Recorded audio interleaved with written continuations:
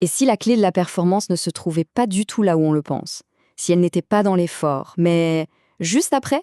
C'est le pari un peu dingue que fait Nike avec une nouvelle chaussure qui risque de bousculer pas mal de choses. Allez, on regarde ça de plus près. Pour bien comprendre de quoi on parle, commençons par une question qui a l'air toute simple dans tout le cycle de l'entraînement.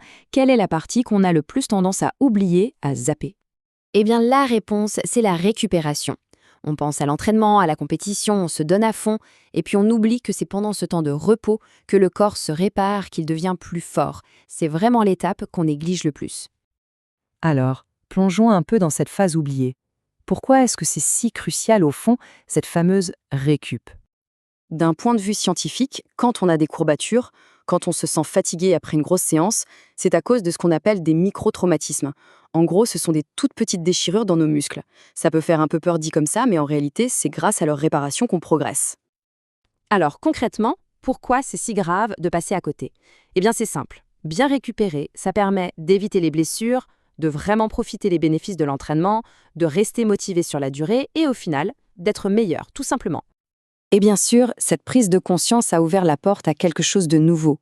Un marché est en train d'exploser, celui du business de la récupération.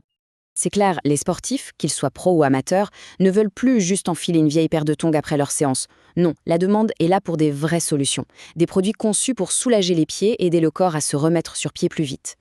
Plusieurs marques ont déjà senti le filon, chacune avec sa propre recette. Oufos, par exemple, a été l'un des premiers sur l'absorption des chocs. Oka a capitalisé sur son amorti XXL pour les coureurs, et puis bien sûr, Adidas et Salomon ont aussi leurs produits pour le grand public ou les spécialistes du trail.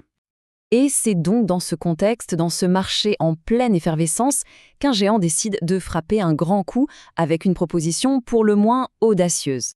Et là voilà, cette réponse signée Nike, la Mind 001. Rien que le nom, ça sonne déjà très tech, très science, une approche complètement nouvelle. Alors, comment ça va se passer? Nike a un plan bien précis. Ça commence en octobre 2025 avec une sortie limitée à 90 $. Ensuite, au printemps 2026, la sortie sera plus large, mais le prix passera à 120 $. C'est une stratégie assez maligne pour tâter le terrain. Et le design, il est qualifié de magnifiquement déjanté. C'est une slip-on, super facile à mettre, même si on a les pieds un peu gonflés après l'effort. Elle est aérée grâce à des perforations, mais ce qui saute aux yeux, c'est cette semelle complètement folle et surtout ces petits picots orange vif juste en dessous. Mais attention, ce n'est pas juste pour le style. Chaque détail a une fonction bien précise. Ces fameux picots, par exemple, sont là pour stimuler activement la circulation sanguine et aider les muscles à se relâcher. C'est de la récup active. Mais ce qui est vraiment intéressant, c'est que la stratégie de Nike va bien plus loin que de vendre une simple chaussure. L'ambition est bien plus grande. Il s'agit de démocratiser la récupération. Et ce chiffre, 90 $, il est au cœur de cette stratégie. C'est le prix de départ et il a été choisi pour une raison, rendre une technologie de récupération, qui d'habitude est chère, beaucoup plus accessible. Et là, la stratégie de Nike devient limpide. D'un côté, on a la Mind 001 à 80 $ pour l'athlète du quotidien.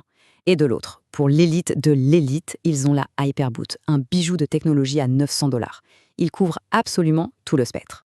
Et pour bien enfoncer le clou, Nike ne la vend pas comme une chaussure. C'est un produit du Nike Mind Science Department.